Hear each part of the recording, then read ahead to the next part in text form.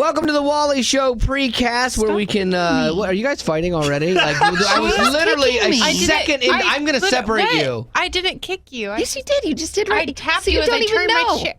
Wow. I don't think I can feel my foot anymore. Someone's overly on sensitive. The edge. Yeah. Are you nervous about our flight to Africa? Is that why? Are you edgy? I'm getting better and better. Every day I feel like I'm getting better and better. Do you have everything ready? Because we're going to Africa with Compassion, and we've all been before, but Betty's never been. Betty's never been out of the country, so this is her first time on a few. Barely been out of the state. Yeah. These are some long flights. This is a baptism by fire because you got like a 10-hour flight, and then I think about an 8 or 9. No, they're like 8 and 6 and 8 and like 9 and 6 or something. But they're my favorite parts of the trip.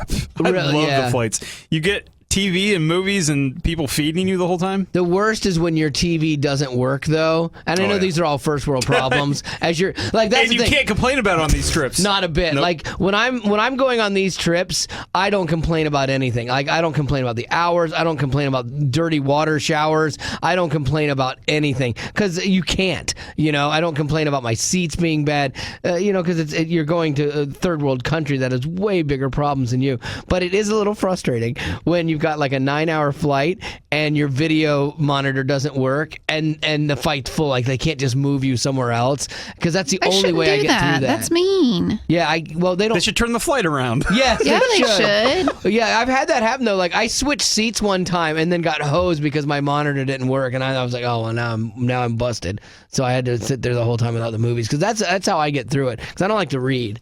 But yeah, I always bring a Kindle and have about 5 books ready to go. How many do you actually read of those books? 1.5. Do you really? You'll read a whole book? Or 3/4 of one and 3/4 of the other. Yeah. I brought what was it? Was it Steve Jobs' book? That's a huge book. Yeah, I brought that with me one time. I borrowed it from somebody, and I read 5 or 6 pages, and then I was out. If you're an Apple fan, it's an amazing book. Yeah, halfway through my 5 pages, I went, just see the movie. I'll wait. I'll go see Ashton Kutcher. Yeah. I never saw that. Did you see that one yet? With Kutcher. Kutcher? Yeah. You never say his last name. Kutcher. I say Kutcher. That's how I say it. Oh my goodness. That's not how he says it. I don't remember. I think I did, but I don't remember, which is not good. I haven't seen the newest one. What's the newest one? It's written by Aaron Sorkin. Why did they do 2?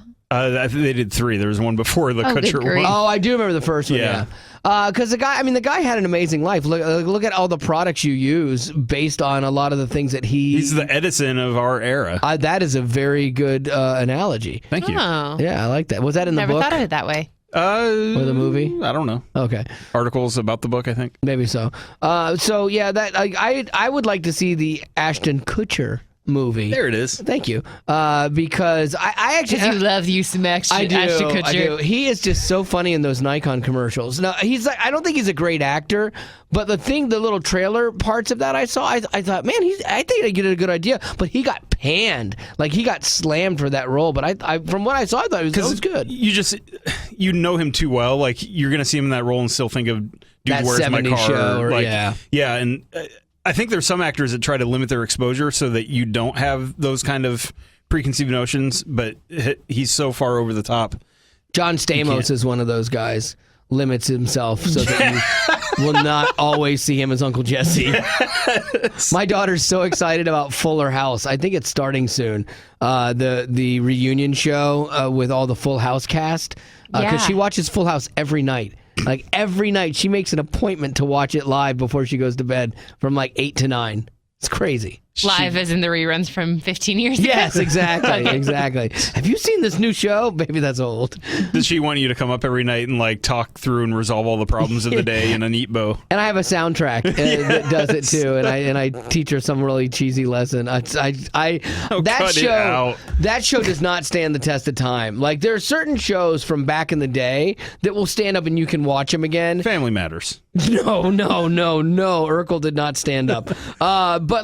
But then there are most of the shows you go back and watch them from your childhood, and they're just not as good. Like I would imagine, like your era, you guys is more like Saved by the Bell. Like, did you watch Saved by the Bell, Betty? A little bit, yeah. Okay, what about you, Becca? Just a tiny bit. 90210. No, that was way before you guys, yeah. We played the 90210 theme song in our jazz band in 8th grade. Oh, you're the coolest! And until you hear that song played with saxophones, you haven't heard it properly. And who was the kid that got to do that? Yeah, exactly. Part? Like that kid was the rock star in the band. Yeah. No, so are there shows that you've gone back and watched? Yes. As an adult that you're like, yeah, it's not good anymore. Oh no, mine was the complete opposite. Oh, really? Yeah. Like what? Bonanza? No, Andy Griffith. And it's just like a comfort blanket. And I watched that all when I was growing up. Like I never watched all the shows that were popular in the early 90s when I was growing up. I never watched any of those. Really? I just watched anything that my dad watched. Yeah, you're just an old soul. I remember watching The Simpsons with my daughter when she was really young, but there was that point at which she got to the point, because for a while it's just cartoons, and she was little, so she didn't understand the political commentary or social commentary on it. But then, and because they would have jokes that, weren't aimed at kids, and then when she got to where she could understand things more, that had to go away. Or when she starts repeating things that she hears. Yeah, oh, for sure. Do you know how confusing it was to be a kid when The Simpsons were on? I remember being like, what do you mean I can't watch this cartoon that's clearly aimed at me? Right, yeah, or South Park, and your parents are trying to tell you, well, no, it's an adult cartoon. Well, that makes no sense. Yeah. Why would you have that? You have your own movies. Yeah, exactly. One thing I was thinking about, I sometimes on the podcast we try segments out here first and see if they're going to work. And we tried one a few weeks ago that we decided 100% unequivocally we were not going to do on the air, because it was like, as we talked to it was like, oh, this is a horrible idea. It will backfire. But here's one, a segment called No Judgment, Just Questions. Because is that possible? Yes, because I saw an American in a grocery store wearing a surgical mask, not a doctor, but just a person. And I thought, what comes to mind when you see that? Like, what's the first thing you think of when you see a person like that? Because you'll see it in foreign countries all the time. It's commonplace. You're in the airport, and foreigners will it's in their makeup to wear these masks to protect against illnesses and stuff. But with Americans, it's way less common. So what's the first thing you think of when you see an American wearing a surgical mask in public? Becca? I'm guessing they have an immune deficiency.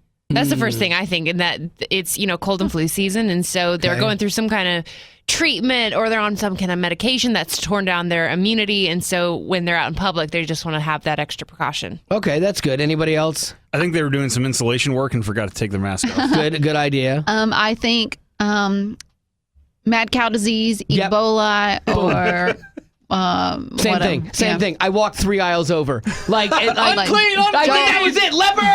You think don't breathe on me. Oh, yes. No, they probably have the flu, and they're trying to guard everybody against it. No. Do not breathe on me. Don't touch anything that they touch. See, they're just trying not to get sick themselves. That's why this is no judgment. It's just questions. But I had the exact same thought. Like, I see anyone wearing a surgical mask, I assume they are very sick and they are still just having to live their life out in public. And I don't want to get sick, so I walked 3 aisles around them. And then when they would come into the other aisle, I would go to another aisle and circle back. Mm-hmm.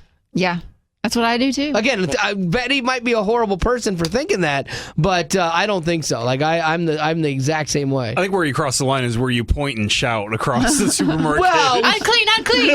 Like that you're doing a service for other people. In case they didn't notice. Right? Yeah, you need to make sure that they know. No judgment, guys. Yeah, no judgment. Just questions. Or hold your elbow up to your face as you walk past them. I do. I will hold my breath when I walk past people if I think they're sick, or if they cough or something like that. As I'm walking past them, I hold my breath. Yes, I do too. And I count to 10 after I get past them. I do too. Do you really? Yes. I'm telling you, man, the more... You're more germaphobe than you believe you are. Maybe so, but I'm starting to find out that you and I are almost the same person, which should terrify one of us.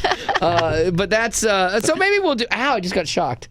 Ow. Fun fact. Yeah, fun fact. It's super dry in the studio and we're wearing sweaters and things. And all of this week, anytime we touch any piece of equipment, it's this huge loud pop and all the screens go black. Yeah, they black out for a second. Like, one day they're not going to come back on. That happened to me a couple years back. Like I was wearing a sweatshirt that was like wool or something. And I went to touch the board and it just went out. Like it was done. It went off the air. Really? Oh my goodness. So I took the station off the air with my static. Nice. Like, I'm electric. I can't pet my cats in the winter because the poor cats, they're like, oh, we want to love, and as you pet them, it always gets them on the tip of the ear or the tail. And like that's where it just seems to hit them. And like it's like you're petting them like, hey Sasha McSasha, seen how you little girl. And like the cat's like, what was that nonsense? And so during the winter they get a little scared. I bet it would help your hair.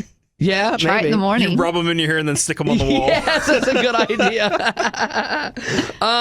One more thing here I wanted to get to before we finish the old precast here. There were 5 of the most common New Year's resolutions. They're pretty simple. I mean, you can probably guess them. What do you Lose think? weight. Let me see. Exercise more. So Stop that would smoking. count. I would count that one. No, not stop smoking, actually. Betty Rock, what do you think? Eat better. Let me see. Exercise Healthier. more. Eat healthier. No, that didn't make it, actually. Wow. No. Get their financial situation in check. Number one answer, save more money. Oh, wow. Yeah, see, I would have given you that. Not, See, I had to give it very broad because Yeah. you don't like to give me anything. yeah, Zach, when he, I just like to frustrate Zach. Like when we play the 3 strikes game, I want him to be very specific. Live life better. Yes. This is going to cover one of those. Save money, improve your look. I didn't really think about that one as a New Year's resolution, but yeah, I could see that. Update your look or something like that. Exercise more and get a new job. That's another one. So of these, and make new friends.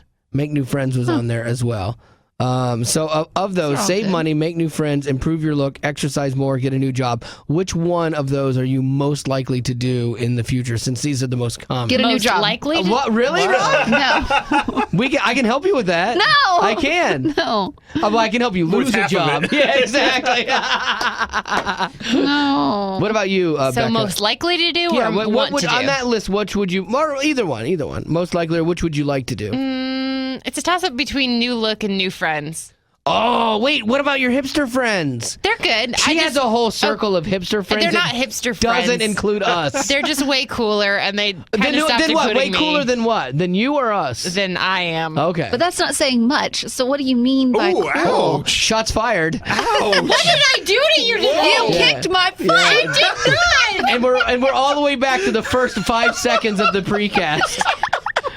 Here's the thing with my current friends. I have friends. I just don't feel like I've necessarily made close friendships here. Yes. Oh, I get So that. I think that I think one thing that I'd really like to do is just build on the friendships that I have and get to the point where I have more confidants and just really close friends. I've heard people complain about Nashville, like multiple people. They're like, everyone is so nice, but I don't have really close friends. For whatever reason, I don't know if it's because the business is transient. There's a lot of Christian and country music and stuff here, and people are gone all the time, or what. But I've heard people who aren't even in like the music business say the exact same thing about this. I think it's because as we get older, it's harder to get out of our routine. We know what we like and we know how we want it. But then also with social media, I think that makes it hard too. Yeah. Because it's so much easier to just stay home. I mean, everything is there. And it's everything you want. Is there? Yeah. You got cat, you got food, Done. you got cat food. It's perfect. But I get what you're saying because there are a lot of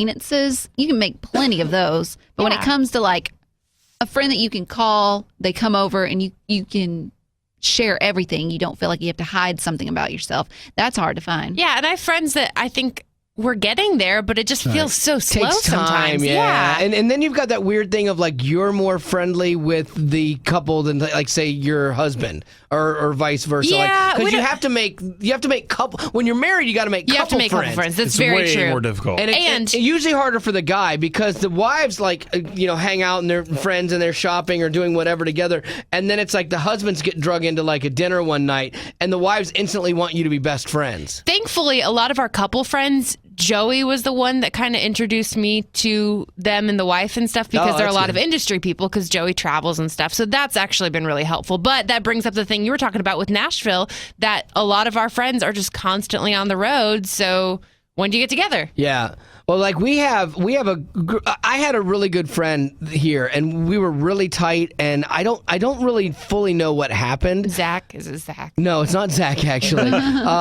Gabe from Toby's band. Like we were really tight, and every time we talk, still. instantly pick up where we left off. But like our lives went in two very different directions. He had kids. Yeah, and that's it. And like and I'm at the stage like almost an empty nester, and so they were hanging out with other people in that same life stage as them, and it's really sad to me because man, we just cut up and we're friends, and it was great, and I would drop anything for him, and I still would, but we don't have that same friendship. And there's part of me, I actually need to just pull him aside one time and just ask him and go, did any of the stuff that we did with regards to Toby affect our friendship? Because the last thing that Zach did, like, was a problem. So it's Zach's problem. It was on Toby's 50th birthday. We had a birthday party for Toby, but didn't invite Toby. We just had Gabe come in, and we told all these stories and made fun of Toby for being old. And Zach did a card that said "Happy 50th Birthday," but like kind of blurred out the 50. Yeah, couldn't even read it. His people were so mad about that, dude. So mad, and should not have been. It was dumb. It didn't matter. But I asked Gabe at one time, like, yeah, did you hear about that? And like we were cutting up on the air, and Toby was not happy about that actually, because that's a sensitive thing for him as his age, I guess.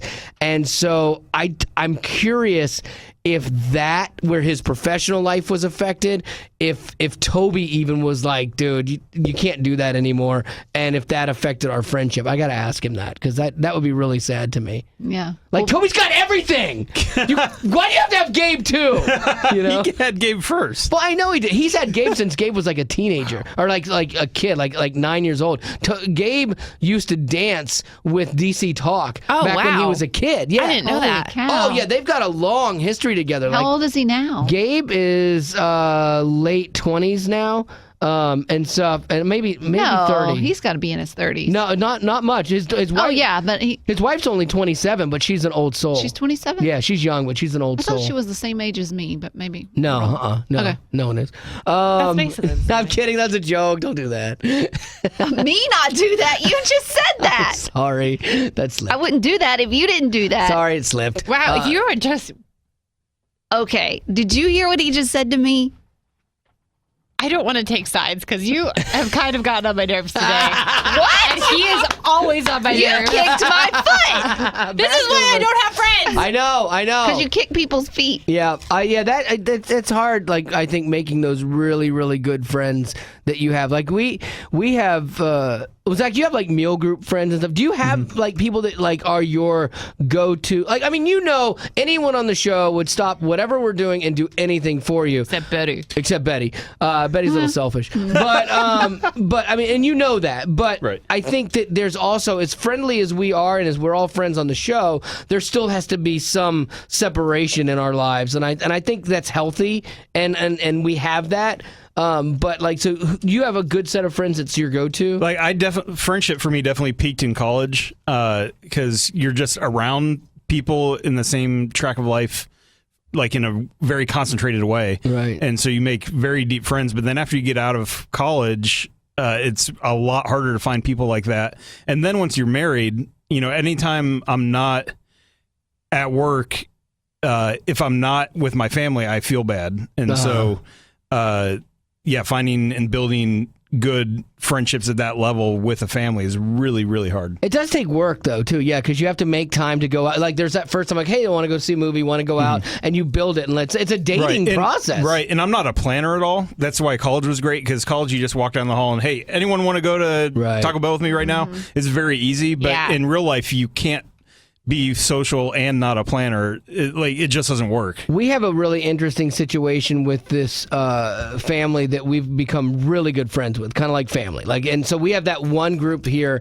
and it's interesting because their family dynamic is made up just like ours. They got a mom and a dad and a only child. Our kids, Haley and this girl, go to school together. They're in the same grade. We vacation together. We're vacationing together again this year, and love traveling with them. We go out to dinner all the time. We do game night. Like, we hang out with them. We just love this couple. They're really great people, and we get along and everything. But the irony, or the really weird part, is us as family, as parents, are closer than our girls are, which is kind of interesting because our girls are in different tracks at school, so they don't hang out at school.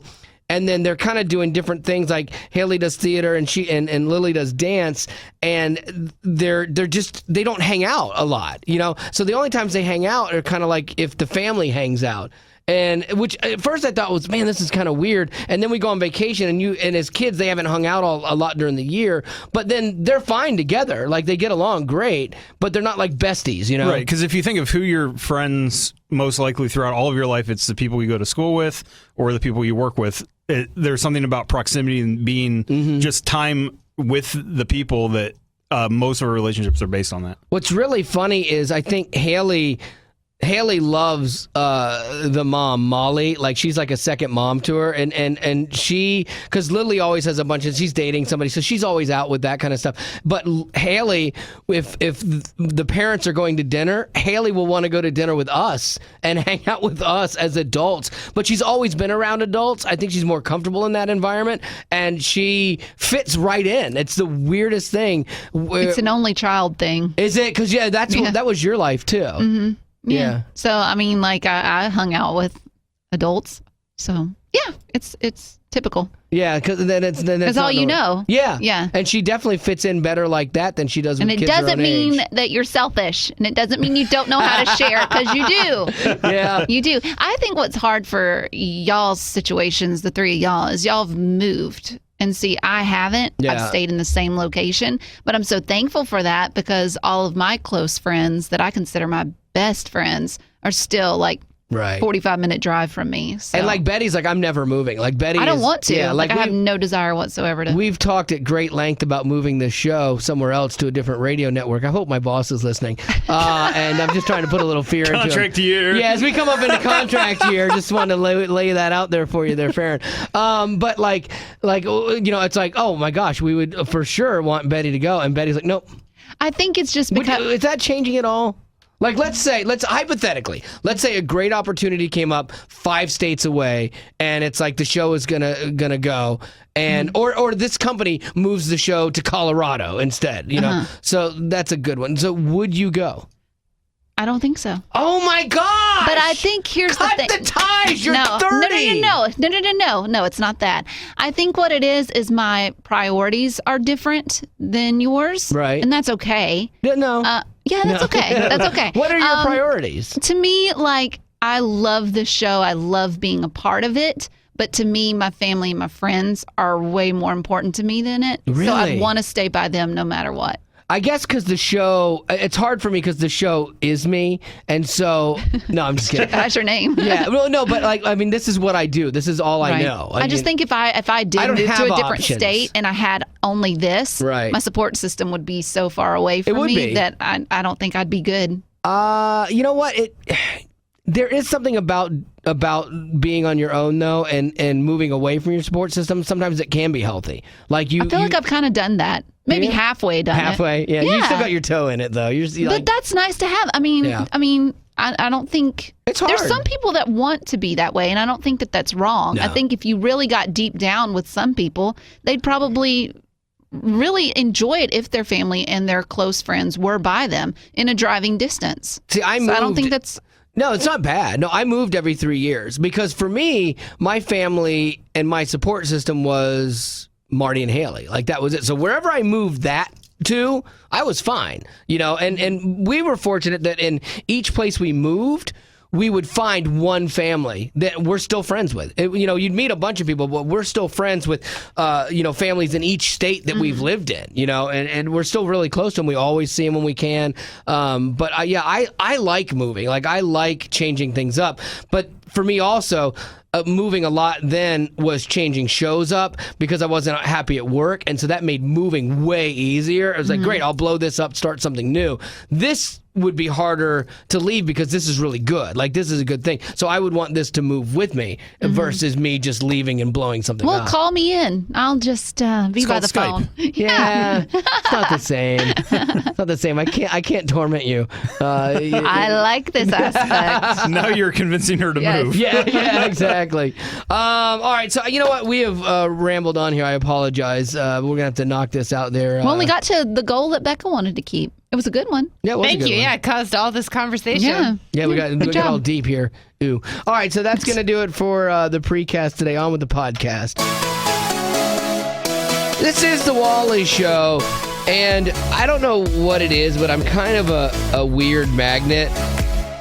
Every time I go out in public and just do anything normal, something odd seems to happen. Like, I get the usual stuff, like, hey, are you Wally? And it's great. I love that. Like, I was at Target the other day, and this guy was like, hey, my kids want to meet you. They're over there. Will you wait here, and I'll walk by, and, like, you can mess with them? I'm like, yeah, sure. I just love that. He's like, so he tells me their name, so I pop out and, like, scare them and stuff.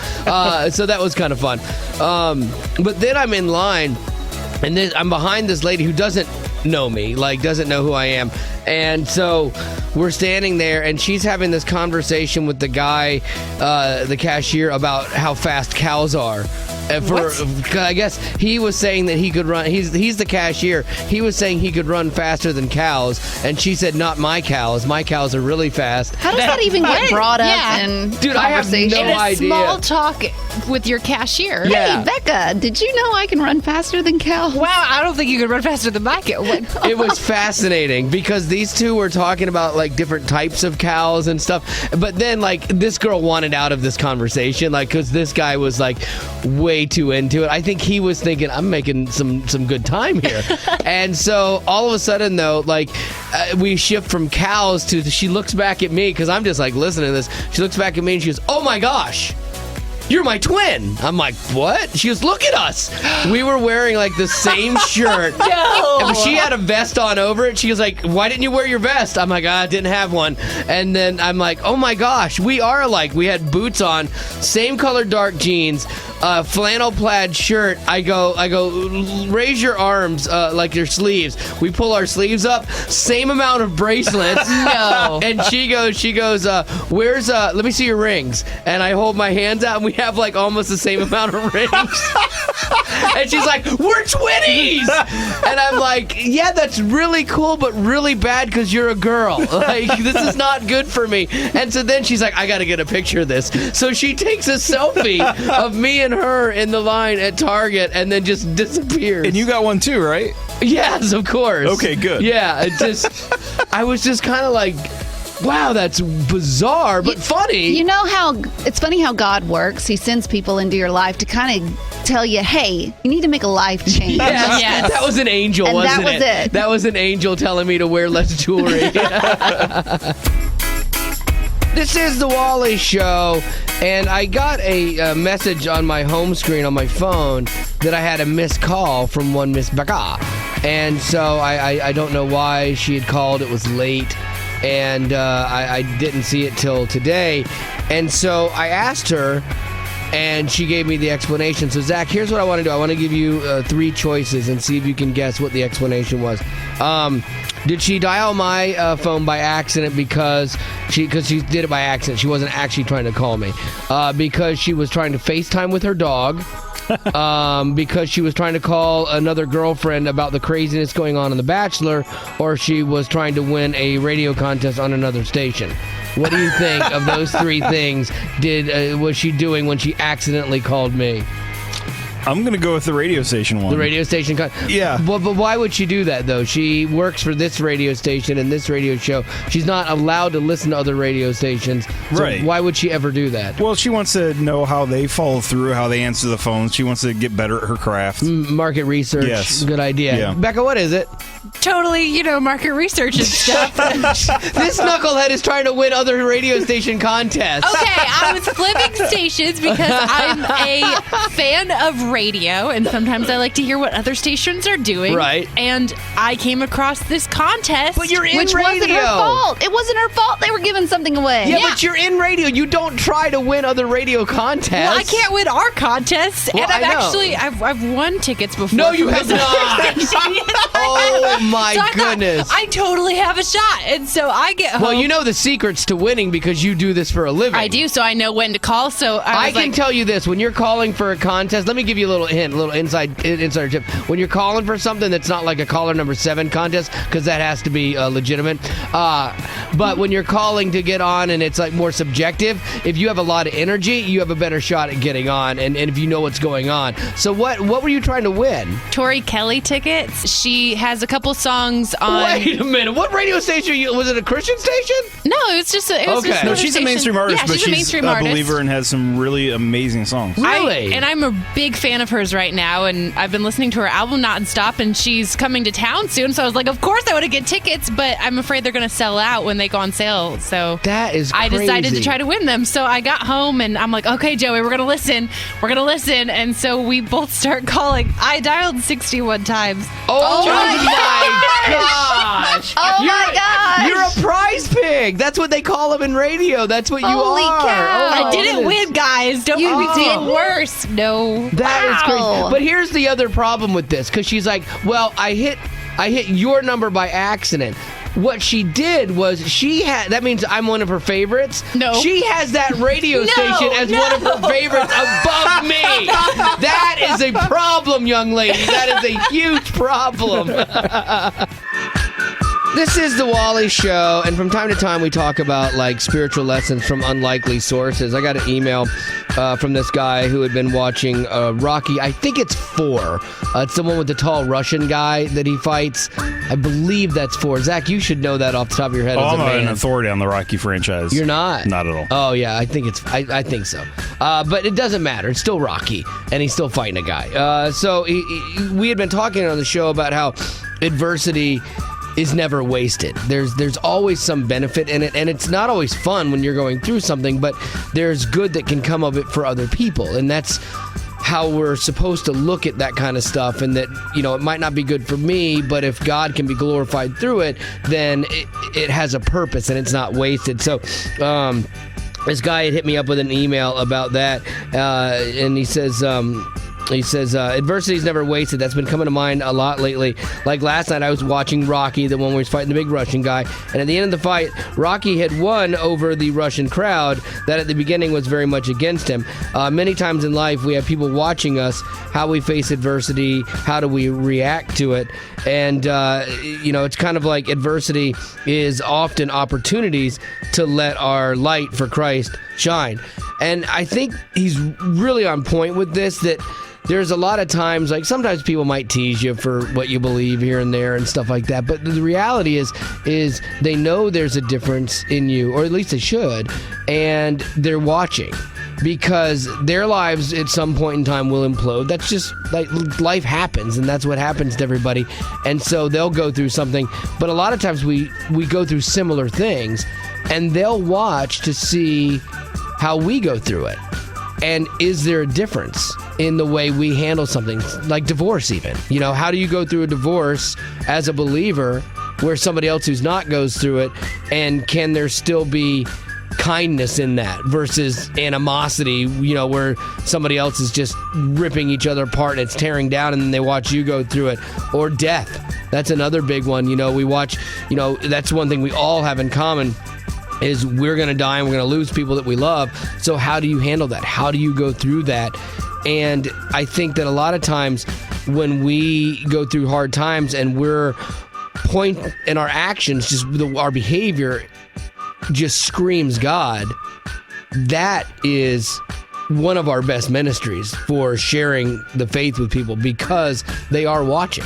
And if they see that difference of something they've experienced or think, oh, I could never go through that, it means a lot. It carries a lot of weight, sometimes more than sharing Bible verses with somebody. It's like when Zach went through the thing with losing Samuel, his son, people were watching. Man, they watched you intently, and they read your posts, and they wanted to see how you handled that. And the way you handled it made a difference in people's lives. Yeah, and I think what I learned through that was that it was great that good did come from it. It didn't diminish or weaken the pain that the adversity has. Like, right. That still is fully painful, but to know that there is good at the same time. But I think I'd always thought you tell people good will come from it as a way to lessen the pain. Right. And I learned that that's not true. That doesn't happen, but it's still a good thing. Right. Like, it's still nice to know that there is good happening. Does somebody like you learning that lesson firsthand? Like I like what you said about it didn't lessen the pain. There was still fully pain, but knowing the other side that there was something good that came out of it, it gave it purpose, I guess. But like having someone tell you, "Oh, there's a purpose in this pain," I can't imagine somebody saying that to you in that moment would be helpful. No, and yeah, that because it's almost said like it's almost to diminish your pain, and right. And I don't think even having a sight of a bigger purpose can diminish pain. Right. Like, and I don't think we need to diminish pain. Pain is a good thing. Like, it's a sign that you have love and that there's, it's recognizing that there's loss, and that's an important thing to recognize. So to just try to brush away pain is not healthy. That's what I've told people that struggle with losing somebody, and it's like, and it hurts. I'm like, that's good. It's good that it hurts, because if it didn't hurt, they wouldn't have mattered to you. Right. And it would have just been a passing thing. But when it hurts, it means that's somebody that you loved and loved deeply and cared about, and now you got to find your way to work through that. So I think the lesson in all of this is just know that people are watching you. When you say, hey, I'm a believer, they are watching how you react to different situations and circumstances, and that is part of your ministry on a daily basis, how you handle those. They say it's smart not to talk about religion or politics. He's the logic vacuum. Well, we've never been that smart.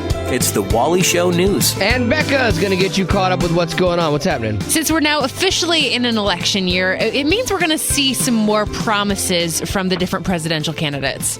Bernie Sanders said that if he's elected, he plans to spend $1 trillion to fight unemployment. When asked what they would do with that kind of money, unemployed people said, retire. Why would I work? I'd love to know what, spending $1 trillion to help unemployment, what the plan behind that is. Is it government programs for work programs or what? Creating jobs? Yeah, I have no idea, but I don't know how that would work out. It's funny. Bernie Sanders is the Democrat. If a Democrat wins, I hope it's Bernie Sanders, just because I just love hearing that guy. Like I just love hearing him talk. Your reasons for presidential candidates are fantastic. I got called a Democrat the other day. Can you believe that? Somebody was so angry with me for not bashing Obama. Because I only make fun of things when they deserve to be made fun of. But when somebody deserves to be praised for something they do, then you give them that regardless of your politics. And this person was like, I knew you're a Democrat, like saying nice things about Obama. I'm like, are you being serious right now? And they were, as we emailed back and forth. I'm like, okay. That's where I can't win. You don't have to be a Democrat to say nice things. No, you can be human. It's okay, and you don't have to be a jerk to either side. You can have your opinions and still not hate the other side. It's always cool to hear stories of people giving the shirt off their back, figuratively, but it happened literally this week in New York. A man noticed a homeless man on the train who wasn't wearing a shirt, and it's cold in New York in January, so he really didn't think twice about it. Right there on the train, he whips his shirt off of his back, just has his undershirt on, nice, and gives it to the homeless man, takes his hat, gives it to the man, and even offers him a hot meal at his home. And he said he really didn't think anything of it, wasn't expecting any attention, but someone caught the entire thing on video. That's crazy. Now that's making its rounds. Dude, and I love that that's making its rounds, because that is so biblical. Yeah. When you did it to the least of these, you did it to me. When I was hungry, you fed me. When I was thirsty, you gave me something to drink. When I didn't have clothes, you gave me the shirt. That is right out of the Bible, and it's cool to see that happen. It's a good reminder. And I think there's so many times too where you see homeless people and you think, oh, there's nothing I can do. There's literally nothing. But I think there's always at least a little something that you can do. And finally, it's nice when criminals help out in their own case, even when it's not necessarily the help that the police were looking for. A man in Ohio is wanted for failure to appear in court and as a person of interest in other cases, so the police shared his mugshot on Facebook in hopes of tracking him down a little bit faster. Well, the criminal wasn't too happy with his mugshot, so he posted a selfie in the comment section and said, that picture made me look like I was a Thundercat or something. Here's a better one. Oh, that's awesome. I want to be the good-looking bandit. Like, how does he not get caught? How can they not find him if he can post a picture? I've seen a lot of spy movies. There's got to be a way to track that down in his IP address and find out where he lives if he's posting pictures in the comment section. Yeah, they found him. I haven't found him yet. Oh, Oh, I thought they did. No. Yeah. Oh. No. He's yeah. just taking selfies. Yeah, that's what I can't figure out how this guy is still at large. It's just a mystery to me. All right, that's your news for this hour. Thank you, Miss Becca. This is the Wally Show, and we like to play a little game on the show called the 3 Strikes game. And this is where we have the 3 members of the show playing, but you are rooting for them to fail. You want them to not succeed because that's going to give you a shot at winning this thing. Okay, so I have a top 10 list. They have to get 5 things right on this list before they get 3 strikes, and they are working together, Betty, Zach, and Becca. So this list is the top 10 things that make dads angry. That is our list today. Top 10 things that make dads angry. And That should be fairly easy. we all have angry dads, and so that shouldn't be too hard to come up with something for you guys, I would think. He's listening right now. He's not an angry dad. Yeah, exactly. My family could have played this game the other day. I was opening up the cabinets underneath the sink, and my wife stores all these bags there, and I bought her a thing to put all the bags in. But I guess she hoards bags or something because who knows when you're going to need another Publix bag or a shopping bag. And so this one bag kept falling out. Yeah, you know her. Yeah, you feel it. Uh-huh. And so I'd open it, and I was trying to get a sponge out and something else to clean something up, and then the bag falls out. I put it back in, I close it, and then I had to open it back, and it fell out again. And then I still had it open. I'd put it back up, and it kept falling out. And I pick it up and I wad it and I throw it as hard as I can, like into the 2 feet. Yes, exactly. It's like poof, and it just floats down there. And my Which wife makes you even more mad. Yes, and my wife and daughter are sitting on the couch, and they both go almost in unison, "Are you serious right now?" And I'm like, "Yes, I'm serious. This is infuriating me." And they couldn't fathom why I was so angry at this bag. So you marched the bag then over to the trash can, right? 100%. Yes, I execute that bag on the spot. Yep, and I did not recycle it. Take that, world. I think that's what sent my wife through the roof, too. You're going to recycle that? No, I am not! It has lost that privilege. Exactly. You are going to a landfill. Where all the bad bags go. Exactly. So that's just one of mine. That did not make the list, ironically enough, but it could have. So, okay, let's see how you guys do here with a couple of these. Becca, what do you think? I'm going to say talking back. Oh, Giving some attitude. backsass. Yeah, Yes. a little backsass. That is a good one. I got in trouble for that a lot as a kid. That's one thing I don't put up with at all. I don't put up with it from nieces, nephews, or my own kid, other people's children. Like, oh, it drives me through the roof. We'd be having fun as a family and la la la. I'd say one snarky little comment. It's, "Excuse me, Rebecca. Diane." Yes. Oh, that is a really good guess. I wish it had made it on here. No, but it did not make it on here. I'm sorry. Are you kidding me? That's okay. That Another should bad be the list. number one answer. There's one on here that's close to that. Oh, good grief. But when you see how I'm interpreting that one, you'll agree with me. No, okay? I won't. I won't. Okay, I will so not. that is one strike. Okay, so let's go to Betty. What do you think? Think about your dad and the things that make him angry, and see if that made the list.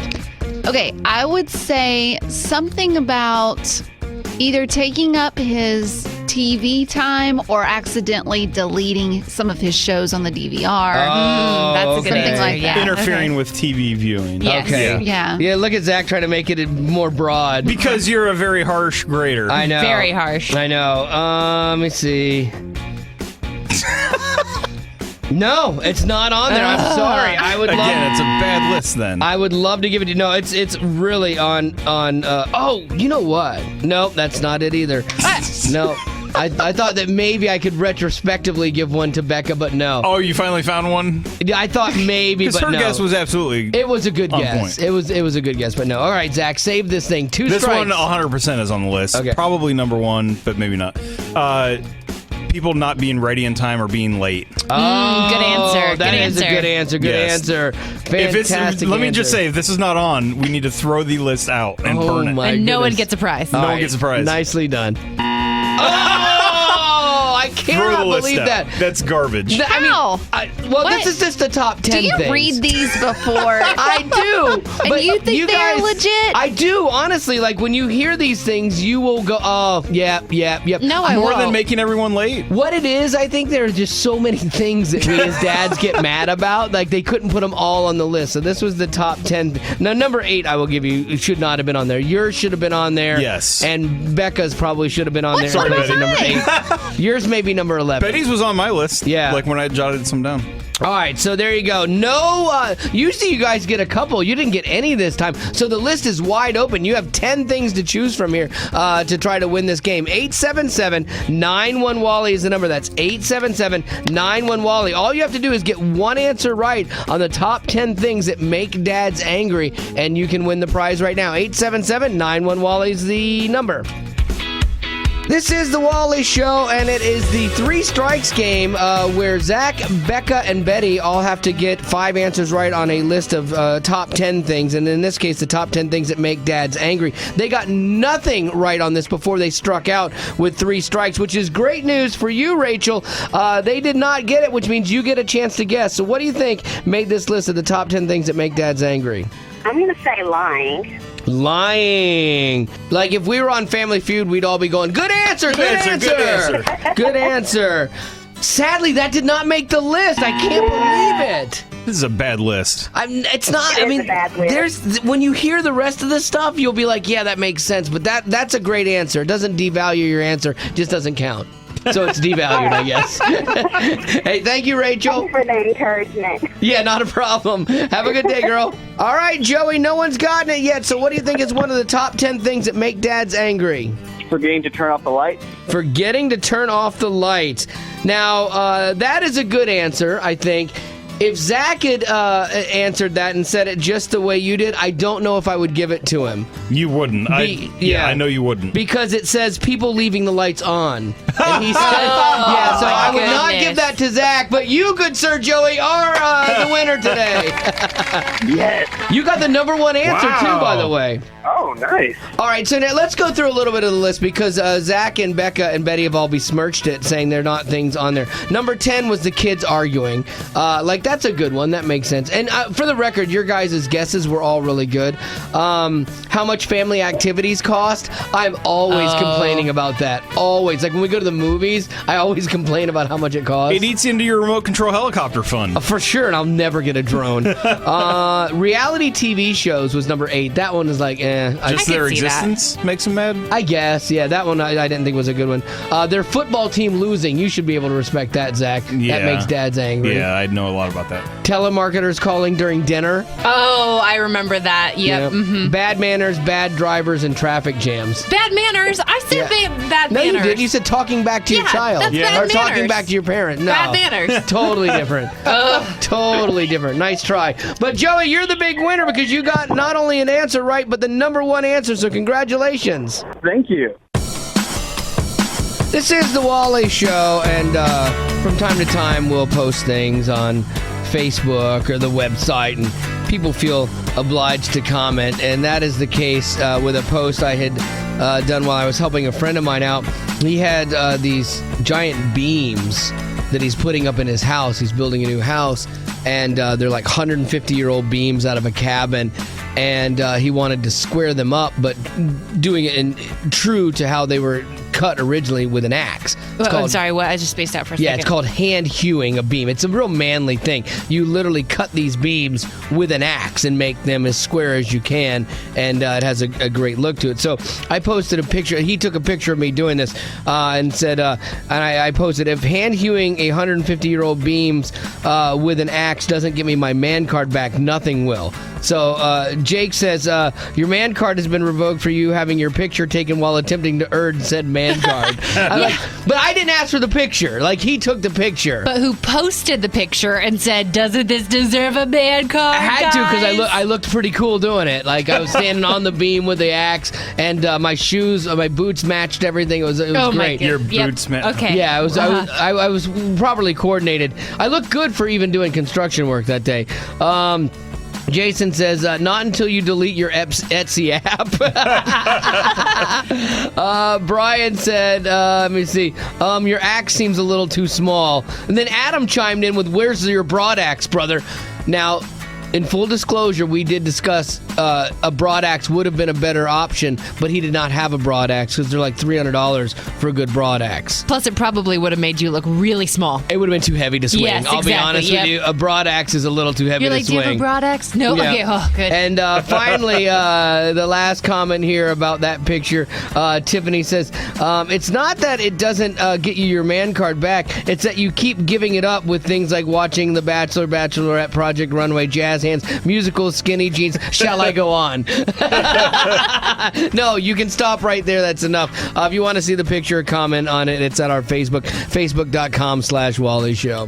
Why do we have to tell the people what they need to hear? Why can't the news be fun? It's the Wally Show News. And Becca is going to break it down for you right now. What's going on? Donald Trump was on The Tonight Show last night and participated in a mock interview for the job of president. And he kind of showed a different side when Jimmy asked him what his weakness was. I'm too nice too long, and when I become like somebody takes advantage of a situation, I become too bad for too long.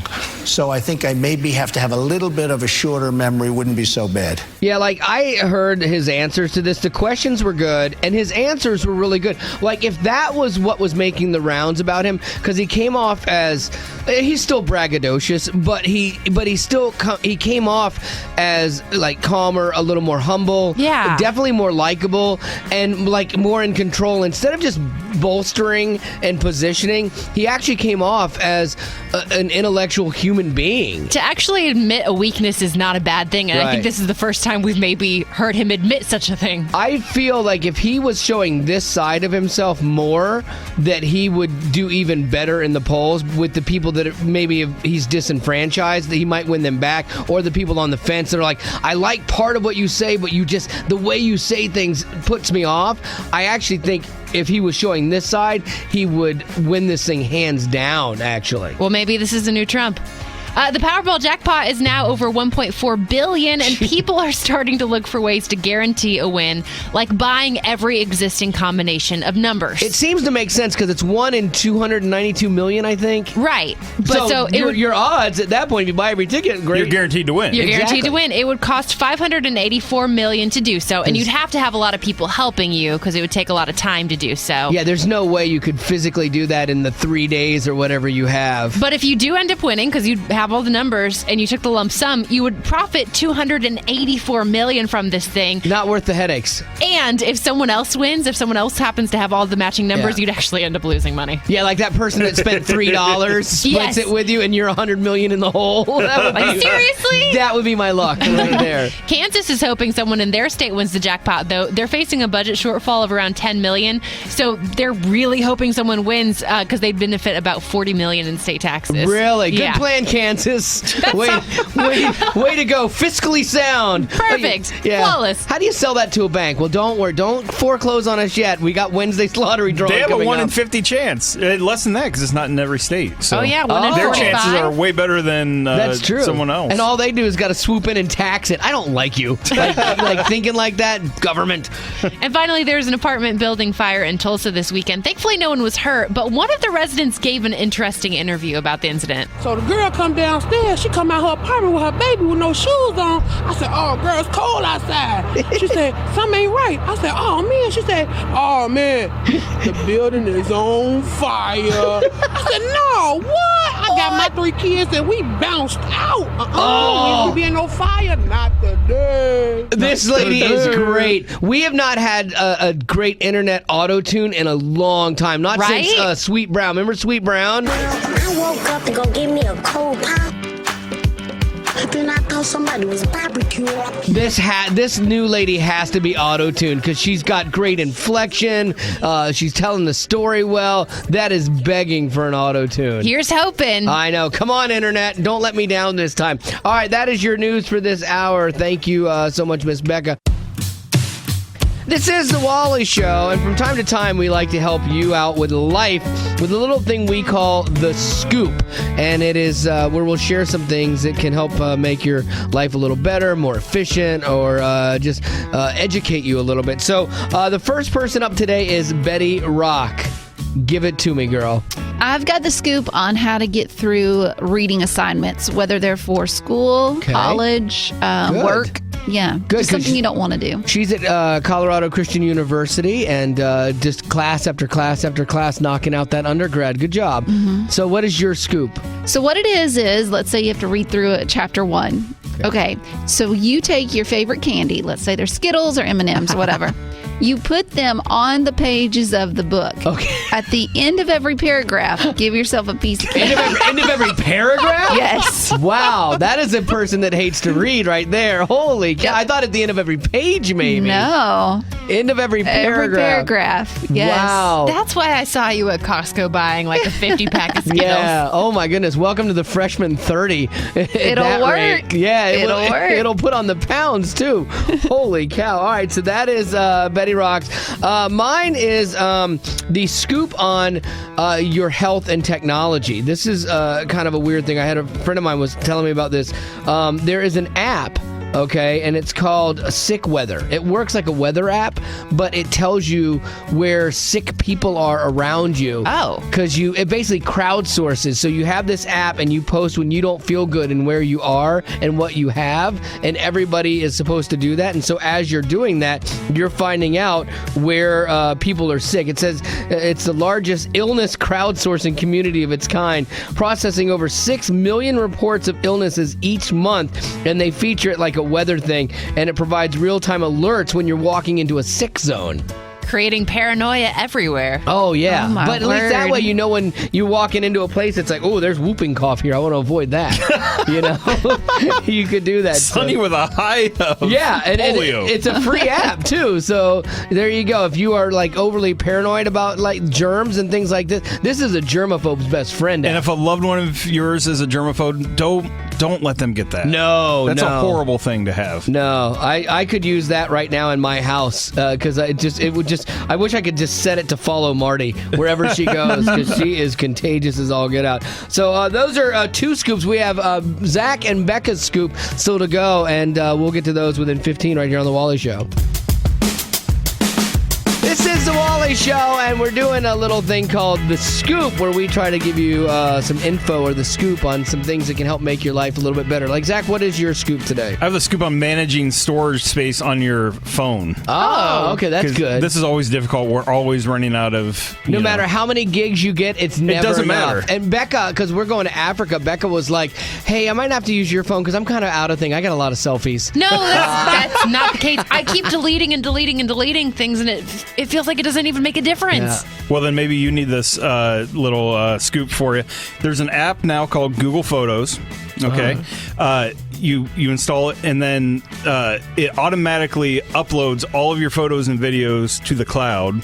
The cloud. No one understands the cloud. No. But this is cool because it's up there unlimited for free forever. In heaven? Yeah, and then you can set it to delete the photos off of your phone after 30 days. Oh. And so you never fill up your phone because you take them, then they just go up to the cloud, and you take them, they go up to the cloud. Can you summon them from the cloud on your phone app? Yeah, you have the Google, like you just look through them and it's as if they're on your phone, but you have to have... And we can trust the cloud. Ish. Yeah. I mean, it's been around for all of, a week, so it's got to be... Boy, that is nice, though, because I'm tired of running out of space on my phone. Yeah, and then they have all these other features, like you can search, by faces, so it'll put all the faces together of the same people, or you can even search by words. Like I can type in car, it'll show me all the photos I've ever taken that has a car in it. No way, and you didn't name it car or anything? No, did none of that. That is bizarre. Some freaky artificial intelligence going on. Type in pizza, all the pictures of pizza. Please, just real quick, load it up and type in bald head. I just want to see if you come up. I'm fascinated. It's gonna be too many queries to. You and Anna both come up. That's a good scoop. All right, so you look for that. Becca, what is your scoop? Mine is the scoop on modern parenting. Oh. So I was the youngest of 3, so I never got a baby book or a scrapbook or those things that has all those memories of my life. You growing did up. not exist. Dirk has one. Dirk definitely. Oh, Dirk he's such has a a cool few. kid. Yeah, Dirk was the best, her older brother. But life is busy sometimes, and you don't really have the time to make the perfect polished baby book for all your kids. So there's this new service called Queepsake that does it for you, where every single day it sends you a text message, and it'll ask you just a random question about your kid, like what makes your child smile, what makes them laugh, what are they taking any steps? The little things that you forget over time. Exactly. You text it back, and it stores all the information, and then when the child's a little bit older, you can print it all out in a baby book and add photos or whatever as you go. Cool. So it's all digital. You don't have to worry about gluing things together. That's cool. And it's done for you. That's good. That's good. Like, Zach knows all about modern parenting. He has an app that they load everything about their daughter in, like from diaper changes to feeding schedules, like naps. It's so foreign to how I raised my daughter. Like, but there's like a lot of good to it too. Yeah, we have a treasure trove of data, and you can see when things change and that you need to watch out for. Like, she hasn't been sleeping well, or she's been waking up. Like, especially when you have mommy brain, it helps you keep track of everything and know, oh wow, she's been. It seems like she only slept for 20 minutes. So it was really 2 hours. Right. It just helps you keep everything. And you got nothing done in that 2 hours. Yeah, and like it helped me know her first birthday was the other day, and I can look at the app and tell that she in 1 year did 1,860 diapers. Oh. Oof. Yeah, that's a lot of diapers. She's motivated. Yeah. Good work there. Overachiever. Yeah, that's okay. So here's what I'm curious about. Like, that's an app that he has, but what is different from like how I raised children? Like, what are like some of the new modern baby raising techniques or like technology that makes raising a baby more efficient or whatever? Like, or what you think is better? What are some of those things? Maybe you've seen apps or you've seen different products and stuff like that. I'd love to know what that is so that I can then sound like an old man and go, back in my day, we just changed the diaper. We didn't count them. We changed them. Who cares? Who wants to know how many times they went? So I'll do that for everyone that calls. 877-91-WALLY is the number. What are the modern parenting techniques that you've come across or apps or things? 877-91-WALLY is the number. This is the Wally Show, and while being a parent hasn't changed, the way we raise our kids probably evolves over time. Like, Zach has an app that he uses to monitor every facet of his daughter Anna's life, and I never had that when we were raising Haley. And so I'm curious, what are some of the modern things that get integrated into parenting today? What do you got, Mitch? We have found that teaching our kids to read using an iPad has worked really well. Because, I mean, that's what they're going to do eventually. There's not going to be books anymore in the future, so you might as well get them started out. How do you teach them to read on the iPad? There's an app called Endless ABC, and basically it just teaches letters, and they go through and it's really funny. They slide the letter with their finger, and the A will go, or the L. So, it's really, really funny. Sounds like the guy that's heard that about 1 million times in the car. Yes, about 1,000,001. This is the Wally Show, and not to sound like Grandpa, but back in my day, we raised our kids without apps. But it seems like there's an app for everything for raising your kids now, and to help you maybe be a better parent, which isn't a bad thing. So, Sarah, what kind of technology do you implement in your parenting? We have an app on our phone because they always seem to be able to climb to the highest point of the house and find the phone and hide in the corner with it. But they have these little apps now for like PBS Kids, and you put it right on the home screen, and they can just touch that, and they have nothing but like really cute, kind of wholesome little cartoons that they can watch, and then they're happy with it, and they don't move everything around and change the time, the wallpaper, and so. I am amazed by how many moms give their kids, their young kids, like 1 year old, their iPhones to play with. My iPhone doesn't leave my pocket. I don't even like handing it to my 17-year-old because she'll drop it. And like a mom's like, okay, just here, take my phone. And the kids stick it in their mouth, they drop them, but it doesn't seem to matter. I never thought I'd give a phone to a child, but when my niece started screaming and that was the only thing that would stop it, I'll give her my phone all day long. Yes. Really? Yeah. That's just for the record. That's not going to be a good parenting tactic. Doesn't matter. Not a parent. Okay.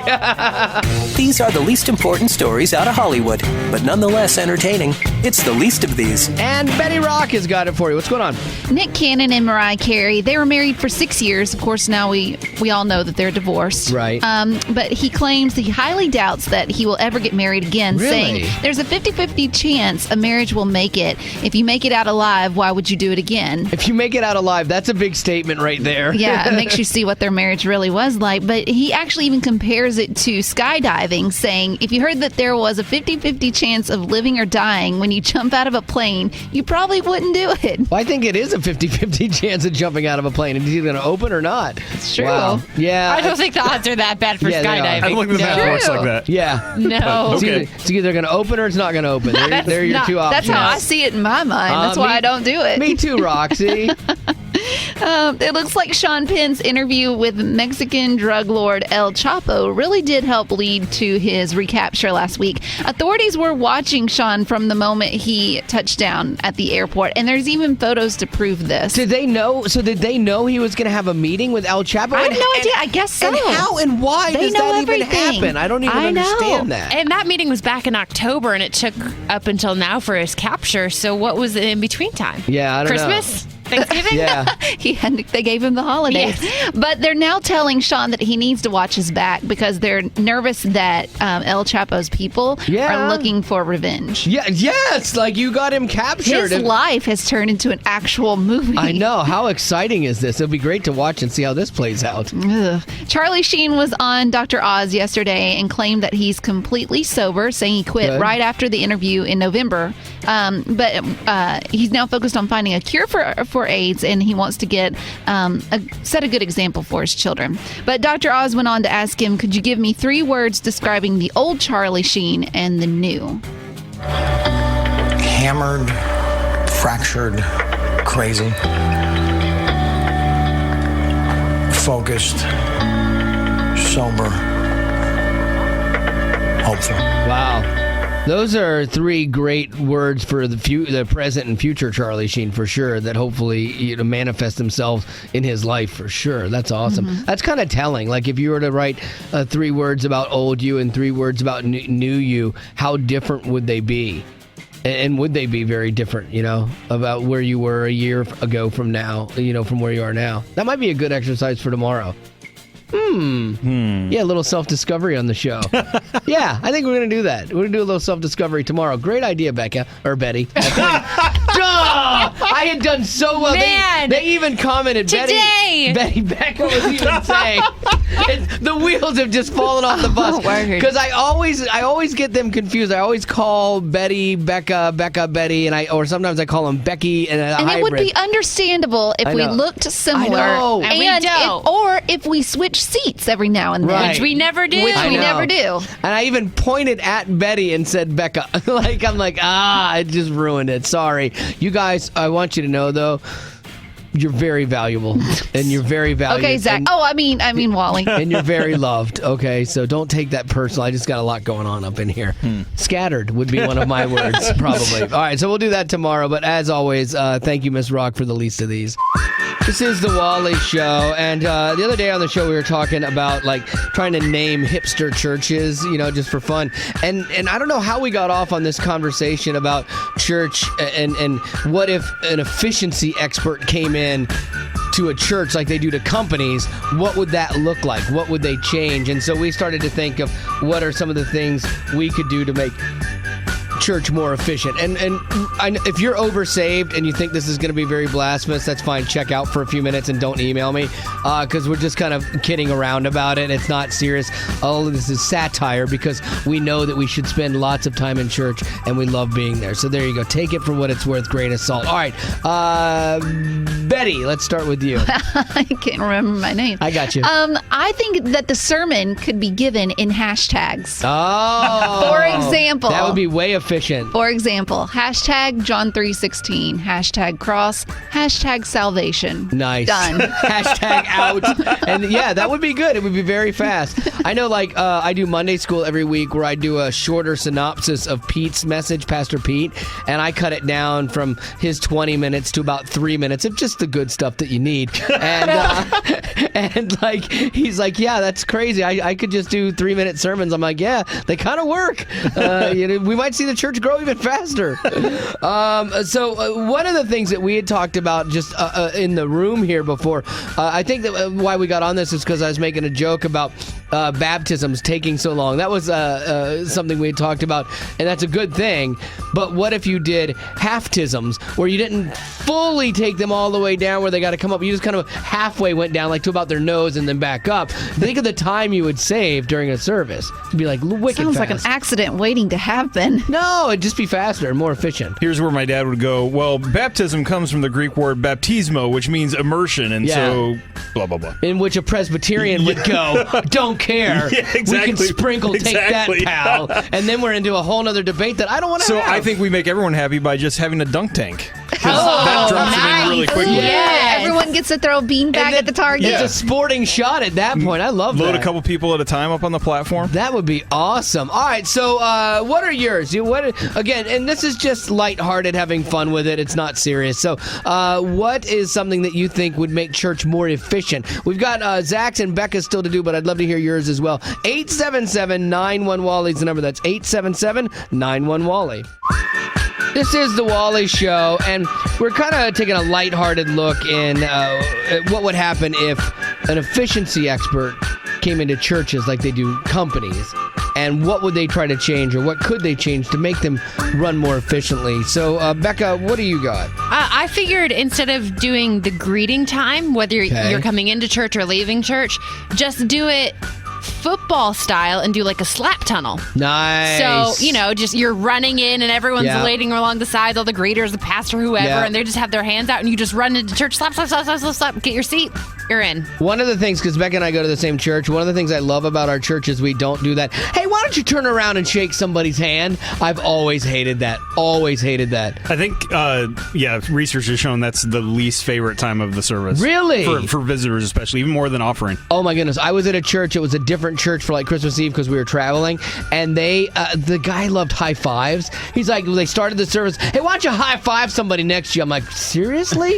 And then at the end of the service, he's like, you know what, why don't we just high five each other again? I'm like, dude, like it just wasn't my style. I've been to a church service where they made the visitors stand up. Oh, I hate that. Yes. Oh, they're like, stand up, and we'll have everyone else come find you and give you a hug. Oh no, so bad. I don't the like intent that. of that is great. Yes. Yes. Because especially it's hard to keep track of who's new. Right, but it's just you're standing there like I never stood on those. I've been to those. I'm like, one of the things I thought of was worship time because you play a lot of songs, and so I thought, well, if you just sped the songs up a little bit, then you would definitely save a lot of time. Like say you were playing Oceans, and it's kind of a slower song.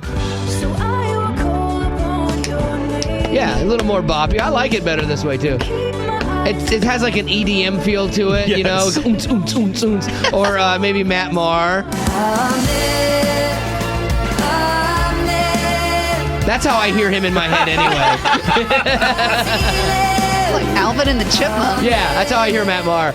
So, Zach, what is something that you think could be done to make churches more efficiently? I think you're on the music tip too, right? Yeah, redundancy is something that drives me more crazy than anything, just in life in general. What? And when people repeat themselves Yes. and they're redundant, and then they say again what they've already said. Got it. And Does they that reiterate. bother you? Yes. Even the word reiterate. Iterate means to say again, so reiterate is redundant. Anyway, so when it comes time to sing worship songs, it's really hard because, especially in a lot of modern worship, it's very repetitive. And just over and over and and saying over and again. over. Like one of the most popular songs right now is "Good Good Father," and like if you listen to it, it just says everything over and over. Like even "Good Father." Yeah, like we don't need good, do we? This is Zealand's version of that. You're a good father. It's who you are. You've already said that. It's what? It's who you You've are. already said that. Oh, that's great. It's who you are. Yeah. It's who I am. Like we're wasting so much time here. Yeah, I mean, like you've made your point. And then you sing the chorus 3 times. It's Yeah. like, come on, folks. There's a lot of unnecessary words in there. Yeah. For sure. So could you cut it up? You could cut it up and get the chorus down to 8 seconds. Oh my goodness, from 28 to 8. Yes. Think of the time you'd I save. know. Here's how that would sound. You're a good father. It's who you are, and I'm loved by you. It's who I am. Yeah, that's See? perfect. That's In and out. Same impact. Yeah, everything. You're a good father. It's who you are. It's who I am. I get it. Done. I'm done. Let's get to the Waffle House for lunch. This is the Wally Show, and we were talking about ways that church could be made more efficient, like say if an efficiency expert came in like they do for companies. So, Stephen, what do you think could be done to make church more efficient? Well, I wanted to expand on your baptism. Okay, because we were talking about half-tisms, where if you did halfway under, you could baptize twice as many people in the same amount of time. I say you just cut the fire sprinklers on and baptize everybody at once. There you go. Be done. I love it. There you go. That is saving time. Nicely done.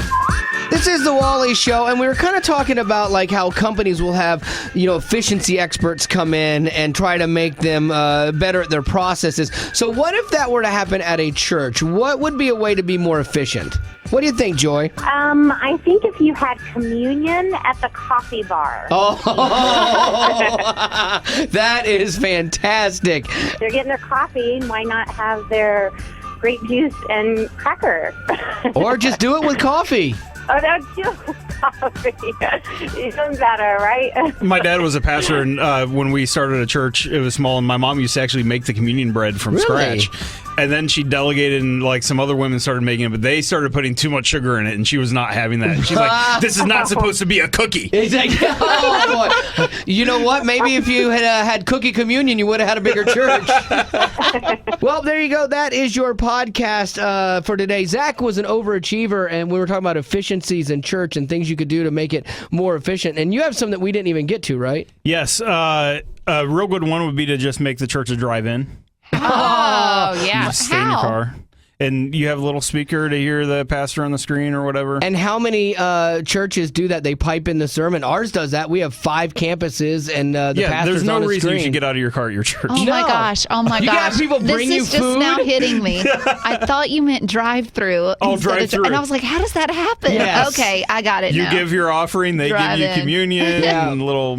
There is a That'd be fun. drive-through funeral home. Have you seen that? That one's sad to me. They literally put the person in the window. For people No, with the they don't. worst You're making friends that ever. up. I'm You're not making making that I it don't up. think it's a bad idea. What? Would you want that to happen to you? Yeah, why not?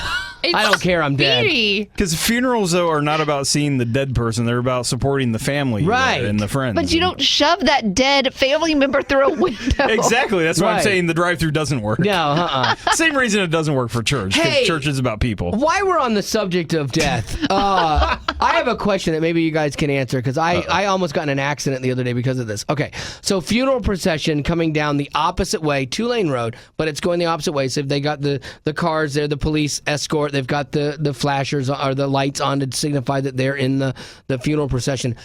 And we're just driving, and all of a sudden the person in front of me like jams on their brakes and pulls over, and I'm like it was a cop.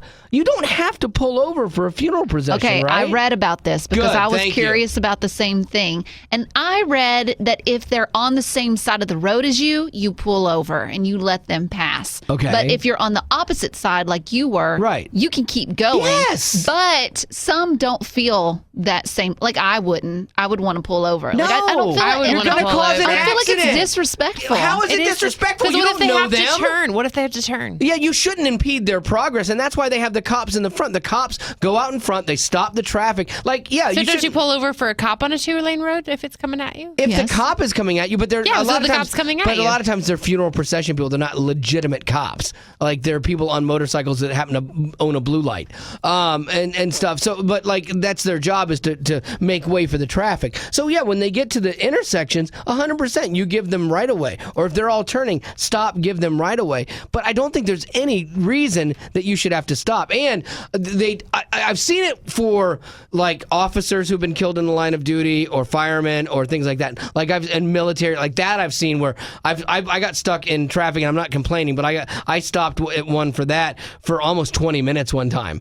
And it was just this crazy long procession, and that one, it felt like the right thing to do, I guess. I don't know why that person's life would mean more than somebody else's, Right. Which it doesn't. You're answering your ultimately. own question. Yeah, so I should have just blown through it. No. Yeah, you I need to just pull over. I don't think so. Have some respect. No, it's not about not respect. I just got to get somewhere. Those laws vary by state. I don't see anything in the Tennessee law about it as I'm reading good. through. It's illegal to like if you're driving the same direction, to go between vehicles and stuff like that. Like that stuff is illegal. Yeah, and even if they're on the same side and they're all in the slow lane, you're allowed to pass them. There's like somebody else is like, I was behind another one, and I'm like, you can go around them. But that seems so wrong. I know it does, but it's not, you know? But what do you have that's so much more important than like why take the risk? I was really close to missing happy hour at Sonic. And like I was going to have to pay full price for a slushie. And truth be known, whenever the day comes for you to pass away, you would want everyone to stop what they're doing. False, actually. You're going to require your procession to be down in interstate, and you're going to want it shut down. No, actually, contrary to popular belief, I want to just fade away. I would like my close friends to have a party. And oh, trust me. Yeah. Ouch. I would want them to have a party and tell fun stories about like my life and times that hopefully I made them laugh or did something kind or whatever. So a short party. But like that's what I would want. Like I don't want a grave site. I don't want to have people come out and lay flowers and remember you there, or some headstone somewhere. Yeah, I just don't want that. Joey and I have this conversation all the time, and I'm always like, whatever's cheapest. Like, yeah, cardboard box, like throwing me off a ship. I don't know. Yeah, like that's the other thing too. Like I'm dead. Like why would I want to put my family through any financial stuff? I don't even want to go get a surgery I need because I don't want to affect my family's financial stuff. It's and I'm thousands dying of on the dollars inside. just for your carcass to Yeah. be buried in the ground and rot forever Yeah, in it a makes fancy box. No What? sense to me whatsoever. Well, I I'm guess sorry. priorities are different. Zach, are you working or what are you doing? I responded to someone on the app. They asked, will you be live streaming Decision America today? And I'm replying, not sure, can't decide. And what's Get it? Decision America? I don't know, but it's kind of funny that you can't That is decide. funny. It's Decision America. That is funny. They won't get It's that. something political, I think, but Oh, yeah, I don't even know what that is. if you don't have the new YFM app, you should get it, by the way. Oh, yeah, because It's a fun way to interact during the show. I know. That wasn't a good example of fun, but That was there is some hysterical. that come around. Did you have any more? I'm sorry, of your efficiencies? I got sidetracked. This one is actually serious. You shouldn't pass the offering plate. Everyone should be encouraged to do automatic withdrawal. I actually firmly believe in that. I think that's more in line with the first fruits concept anyway. Really? Yes. Interesting. Yeah, especially like maybe not if your paycheck varies every week, you know, Right. you're a server or a farmer or whatever. Right. Maybe not. But if you have a regular paycheck, it should come out the instant that check hits your account and you don't even think about it. But if you Anyway. don't wrestle with that, if you do it anyway, like if you're the person that wrestles with that, fine. But like if it's not an issue for you, then writing a check. I don't know why we're old school. We still write the check. Because you want people to see you. Yeah, and you hold it up for everybody and you say, look at my offerings. And you guys have seen my offering dance, right? My tithes and offerings I dost bestow upon thou. Yes. All the zeros. Matt Dolly from the band Super Chick, we used to go to the same church, and he would pass, when the offering plate would come by him, you would hear this on the bottom of the thing. You hear it. I'm like, what are you doing? He's like, my uncle or my grandfather taught me that years ago. As the offering plate would come by, he'd thump the bottom with his hand to make people think he had put something in it. Oh my And he goodness. wouldn't put anything in it. No, he did not. Yes, I'm serious. Every week he puts big washers in it. Like, where are we getting these washers every week? Holy cow. There should be no announcements. That should all be done through apps and texting. What about the old people? They don't know. Yeah. They're not going to go anyway. Oh, that's true. Yeah, I've seen a lot of churches do the offerings with slides up in the front that rotate. Right. And not the offering, but the I announcements. do like at my church, they actually do announcements during the offering. So it kind of combines those two things. That is more efficient. Yeah, boy, that's one of those weird things, too, because I've been to churches where they would do like a song during the offering, and I really like that. Oh, I hate special musics. Oh, so I don't mind it. Mm. Like, especially if it's like, or even if it's just music while it's going and you're kind of in that attitude, because you're supposed to be giving out of this heart of thankfulness and gratitude, this, that, and the other. I have to do that sometimes at our church because we also do communion every week. Every week? Every week. Your grape juice bill must be huge. Oh, it's enormous.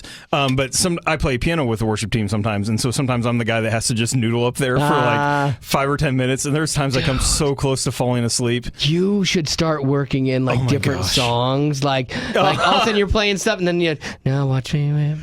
Now watch me, nay, nay. Like, it'd be so awesome to just work in on piano all these popular songs. I've thought about working in like that thank you song that when Jimmy Fallon does his thank you notes. I'm going to work that in someday. I thought you were talking about that. Thank you for giving to the Lord. Is that Ray Boltz? Ray Boltz, yeah. Yeah, you can't play that anymore.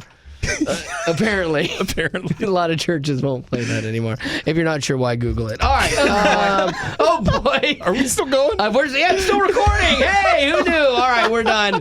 That is going to do it for the pre-pod and postcast.